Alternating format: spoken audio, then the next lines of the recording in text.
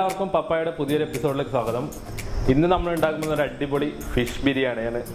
നമ്മുടെ റമദാൻ ഏകദേശം നമ്മുടെ ഫൈനൽ സ്റ്റേജിലേക്ക് എത്തിക്കൊണ്ടിരിക്കുകയാണ്. ഒരു ബിരിയാണിൻ്റെ എപ്പിസോഡ് ഇട്ടിട്ടെങ്കിൽ അത് മോശമല്ല നമ്മുടെ പപ്പായ ചാനൽ. അപ്പോൾ എല്ലാവർക്കും ഇഷ്ടപ്പെടുന്ന ഒരു സിമ്പിൾ ആൻഡ് ടേസ്റ്റി ആയിട്ടുള്ള ഒരു അടിപൊളി ഫിഷ് ബിരിയാണി നമ്മൾ ഉണ്ടാക്കാൻ പോകുന്നത്. എങ്ങനെ ഉണ്ടാക്കുന്നത് നോക്കാം. ഫിഷ് ഞാൻ ഓവർനൈറ്റ് ഇപ്പം മാരിനേറ്റ് ചെയ്ത് വെച്ചിട്ടുണ്ട്. 2 ടേബിൾ സ്പൂൺ മുളക് പൊടി, 1/2 ടീസ്പൂൺ മഞ്ഞൾപ്പൊടി, 1 ടീസ്പൂൺ കുരുമുളക് പൊടി, പിന്നെ കുറച്ച് ഇഞ്ചി വെളുത്തുള്ളി പേസ്റ്റ്, കുറച്ച് ലെമൺ ജ്യൂസ്, ഇതെല്ലാം ചേർത്ത് ഓവർനൈറ്റ് മാരിനേറ്റ് ചെയ്ത ഫിഷാണിത്. ഇതിലേക്ക് മസാലക്ക് ആവശ്യമായിട്ട് ഒരു 4 സവാള ഞാൻ കട്ട് ചെയ്ത് വെച്ചിട്ടുണ്ട് വളരെ നൈസായിട്ട്. പിന്നെ ഒരു 2 ടൊമാറ്റോ കട്ട് ചെയ്ത് വെച്ചിട്ടുണ്ട്. ഇതിലേക്ക് കുറച്ച് ഇഞ്ചി വെളുത്തുള്ളി പച്ചമുളക് ഇതെല്ലാം കൂടി ഒന്ന് പേസ്റ്റാക്കി എടുത്തിട്ടുണ്ട്. ഇതിലേക്ക് ഒരു 2 സവാള, പിന്നെ കുറച്ച് മുന്തിരി, കുറച്ച് അണ്ടിപ്പരിപ്പ്, ഇതെല്ലാം നല്ല ക്രിസ്പി ആയിട്ട് ഫ്രൈ ചെയ്ത് എടുത്തിട്ടുണ്ട്. ഇതിലേക്കൊരു 10 കാഷ്യൂനട്ടും കുറച്ച് ബദാമും കൂടി ഞാൻ പിന്നെ ഒരു ഗ്ലാസ് വെള്ളത്തിൽ കുതിർത്ത് വെച്ചിട്ടുണ്ട്. ഇത് നമ്മളെ മസാല ഉണ്ടാക്കുമ്പോൾ അതിൽ ഒഴിക്കാൻ വേണ്ടിയാണ്. മിക്സിയിലിട്ട് അരച്ചൊന്ന് അതിൽ ഒഴിക്കണം. ഇത് നമ്മളെ ബസ്മതി റൈസാണ്. ഒരു 5 ഗ്ലാസ് അരി ഒരു അരമണിക്കൂർ ഇപ്പോൾ ഞാൻ വെള്ളത്തിൽ കുതിർത്ത് വെച്ചിട്ടുണ്ട്. അപ്പോൾ ഒരു പാൻ വെച്ച് നമുക്ക് നമ്മുടെ മീൻ ഫ്രൈ ചെയ്യാൻ തുടങ്ങാം. 2 ടേബിൾ സ്പൂൺ എണ്ണ വെച്ച് നമ്മുടെ മീൻ ആദ്യം ഒന്ന് ഫ്രൈ ചെയ്തെടുക്കാം. എണ്ണ നല്ലോണം ചൂടായിട്ടുണ്ട്. അതിലേക്ക് നമ്മുടെ മീൻ ഓരോന്നായിട്ട് വെച്ചെടുക്കാം.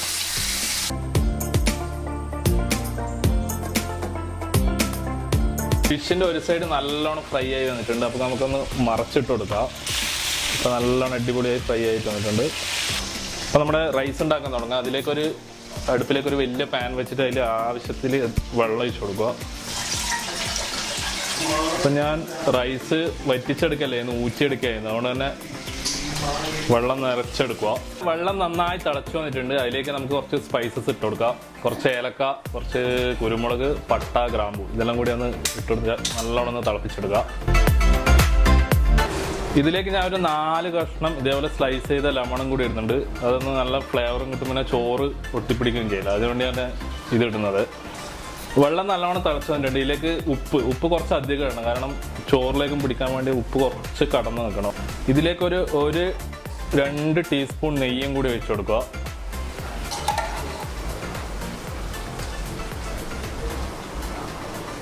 ഇതിലേക്ക് നമ്മളെ നേരത്തെ ഊറ്റി വെച്ചിരിക്കുന്ന അരി അത് ഇട്ട് കൊടുക്കുക. ഞാൻ ഇപ്പോൾ 5 ഗ്ലാസ് അരിയാണ് എടുത്തിട്ടുള്ളത്. നിങ്ങൾക്ക് അരിൻ്റെ അളവൊക്കെ നിങ്ങൾ ഇഷ്ടം പോലെ.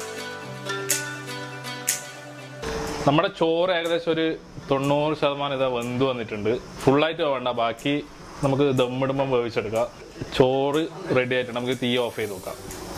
അതിനെ ഒരു പാൻ വെച്ച് ചൂടാക്കി അതിലേക്ക് നമ്മുടെ 4 സവാള കട്ട് ചെയ്തത്.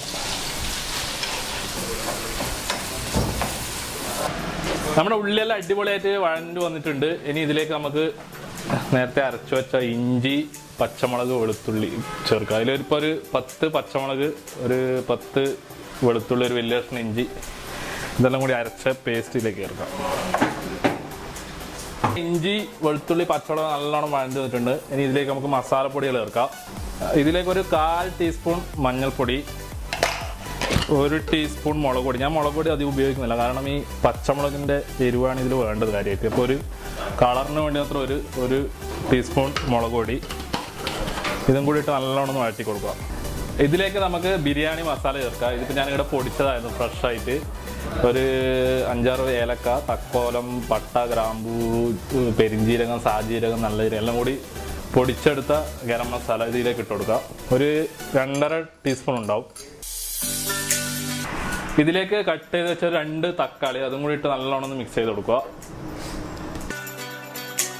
ഇതിലേക്ക് ഒരു പിടി നല്ല ഫ്രഷായിട്ടുള്ള മല്ലിയിലയും കൂടി അരിഞ്ഞ് ഇട്ടുകൊടുത്ത് ഇതും കൂടി ഒന്ന് മിക്സ് ചെയ്ത് നമുക്ക് ഒരു 5 മിനിറ്റ് അടച്ചു വെക്കാം. ഇതിലേക്ക് ഒരു 1/4 ഗ്ലാസ് നല്ല ചൂടുള്ള വെള്ളം കൂടി വെച്ച് ഒന്ന് അടച്ചു വെക്കാം. എല്ലാം കൂടി മിക്സ് ചെയ്ത് വെള്ളമൊക്കെ ഏകദേശം വറ്റി വന്നിട്ടുണ്ട്. ഇതിലേക്ക് ഇനി ഒരു 2 ടേബിൾ സ്പൂൺ തൈരും കൂടി ഒഴിച്ചു കൊടുക്കാം.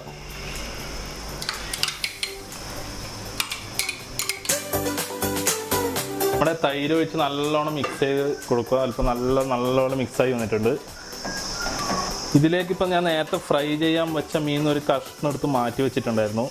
അത് ഈ സമയത്ത് ഒരു മീനിട്ട് കഴിഞ്ഞാൽ നല്ലൊരു ഫ്ലേവർ ആയിരിക്കാം മീനിൻ്റെ മസാലയ്ക്ക്. അപ്പോൾ അതും കൂടി ഇട്ട് നല്ലോണം ഒന്ന് മിക്സ് ചെയ്ത് അടച്ചു വെക്കുക ഒരു 5 മിനിറ്റ് കൂടി. നമ്മുടെ മസാല എന്തായി നോക്കാം. മസാല എല്ലാം അടിപൊളിയായിട്ട് മിക്സ് ആയിട്ട് വന്നിട്ടുണ്ട്. അപ്പോൾ നമ്മളെ നേരത്തെ ഇട്ട മീനൊക്കെ ഉടഞ്ഞ് അതിൻ്റെ മസാലേൻ്റെ കൂടെ ചേർന്ന് വന്നിട്ടുണ്ട്. ഇനി ഇതിലേക്ക് നമ്മൾ നേരത്തെ ഫ്രൈ ചെയ്ത് വെച്ച കുറച്ച് സവാളയും അണ്ടിപ്പരിപ്പും കിസ്മിസ് എല്ലാം കൂടി കുറച്ച് ഇതിലേക്കൊന്ന് ഇട്ട് മിക്സ് ചെയ്ത് കൊടുക്കുക. നല്ലൊരു ഫ്ലേവർ ആയിരിക്കും അത് നമ്മളെ ബിരിയാണി മസാലകൾക്ക്. ഇതൊരു പിടി ഇട്ടെടുത്തൊന്ന് മിക്സ് ചെയ്ത് കൊടുക്കുക. ലാസ്റ്റ് ഇൻഗ്രീഡിയൻ്റ് ആയി നേരത്തെ അരച്ചു വെച്ച കാഷ്യൂനട്ടും ബദാമും കൂടി അതും കൂടി ഒഴിച്ച് നമുക്കൊന്ന് മിക്സ് ചെയ്ത് കൊടുക്കുക.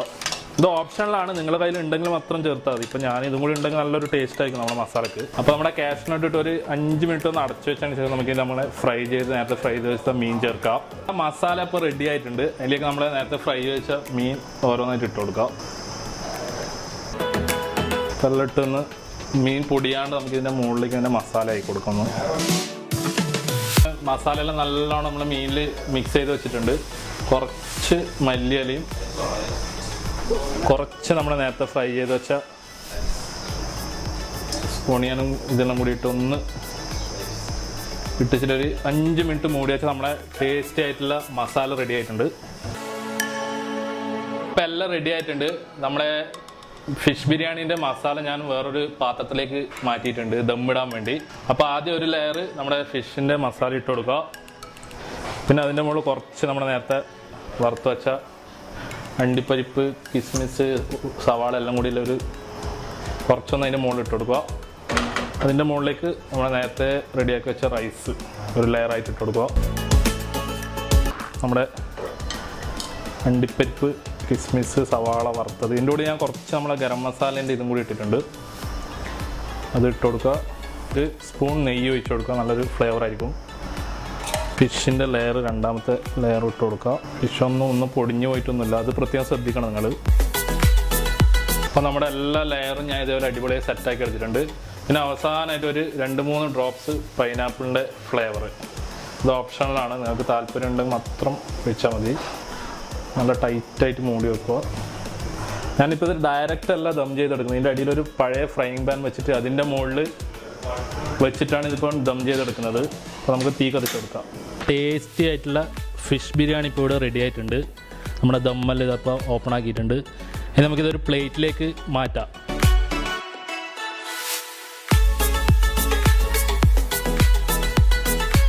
അപ്പോൾ എല്ലാവർക്കും പപ്പായ ക്രീസിന്റെ ഒരു അഡ്വാൻസ് ഈദ് മുബാരക്. അപ്പോൾ നമ്മുടെ ഫിഷ് ബിരിയാണി ഇവിടെ റെഡി ആയിട്ടുണ്ട്. നമുക്കൊന്ന് ടേസ്റ്റ് ചെയ്ത് നോക്കാം. ചേട്ടാ നമുക്ക് ടേസ്റ്റ് ചെയ്യാം. എന്നും അവയുടെ കൂട്ടത്തിൽ നമ്മളുണ്ട്. അവന്റെ എല്ലാ റെസിപ്പി നമ്മൾ ആകാംക്ഷയോടെ കാത്തിരിക്കുന്നതാണ്. It's different. അപ്പോൾ നമുക്ക് നോക്കാം.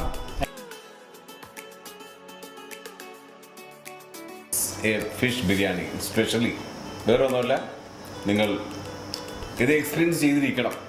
അപ്പോൾ എല്ലാവരും ട്രൈ ചെയ്ത് നോക്കാം നമ്മുടെ ഫിഷ് ബിരിയാണി.